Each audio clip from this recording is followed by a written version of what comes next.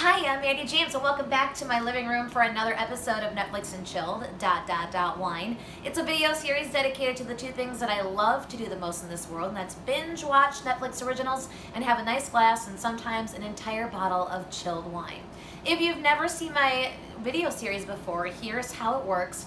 I watch the very first episode of a brand new show on Netflix, and I have a nice glass and sometimes an entire bottle of chilled wine, and I give you a play-by-play reaction review of the show. The longer the show, the more I drink, and sometimes the better or the worse the review. This week we're drinking White Girl Rosé and we're watching Afflicted. It's like a documentary series based around 7 people who have chronic illnesses, and they're trying to find answers as to what they're actually sick with, and they want to try and get a cure or find them some kind of relief.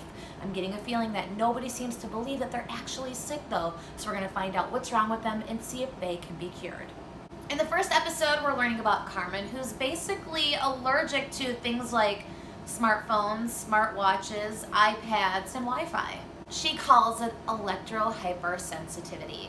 She basically has the inability to function in a modern world. So these episodes are going to cover more than one case at a time. We just learned about Carmen, and where we left off with Carmen is that she's now looking for a place that's free of electromagnetic radiation. We're now moving on to our next case. Now we're meeting Jameson, and this looks like a really interesting case because Jameson doesn't even speak. He looks completely normal, looks completely healthy, but years ago he used to lift 3 times his body weight. Now he can't even move his body without being in pain. So here's what Jameson has, and I have to read it off the screen because I don't know how to pronounce it. It's myalgic encephalomyelitis. They call it ME for short. Okay, I can pronounce this, chronic fatigue syndrome. We're back on Carmen now, who is married, and he's got a scientific background, and even he sometimes doesn't believe that she's sick because he says that sometimes things just don't add up, especially when it comes to electricity. In this episode, we're also meeting Becca, who I think she seems pretty cool. She says she's a witch and she probably cast a spell on her new boyfriend, but that's kind of where the problem is. They actually live in a van together and travel around now because Becca moved into her boyfriend's apartment and started getting nosebleeds, and she thinks it might have been because of the mold, and she got really super sick from living there. So Becca has chronic mold sensitivity. Ever heard of it? Me either.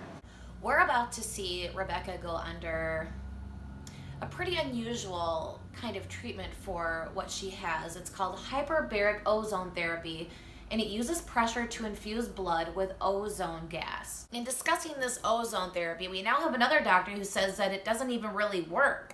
Okay, we're at the very end of the first episode of Afflicted, and I'm kind of conflicted as to whether or not I want to keep watching the series. I'll tell you this, it's super fascinating, but it's really kind of super sad. I think the one thing that would keep me watching is I want to see a happy ending. I want to see all of the people from the show that I've seen so far, Carmen, Becca, and Jameson, get answers as to what is afflicting them and finally get some kind of cure or some kind of relief.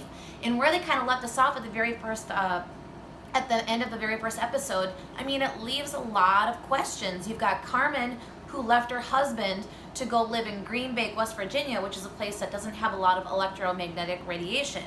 Then you've got Jameson, who finally got out of the house after 2 years. You kind of want to see what's going to happen next. And then Becca, for whatever reason, her boyfriend is going to be leaving her in 1 month. So you kind of want to see what's going to happen at the very end, but also it's really kind of a tough watch because it's just super sad. But it does really make you, really appreciate having a healthy body, being able to go outside, being able to talk on your cell phone and not be in pain, and just be able to function every single day. So I'm not really sure if I'm going to keep watching the show. It's, again, something that I might watch if I have nothing else in my queue. But let me know what you think of Afflicted, and also let me know what you're watching on Netflix and what should I watch next for Netflix and Chilled, Wine.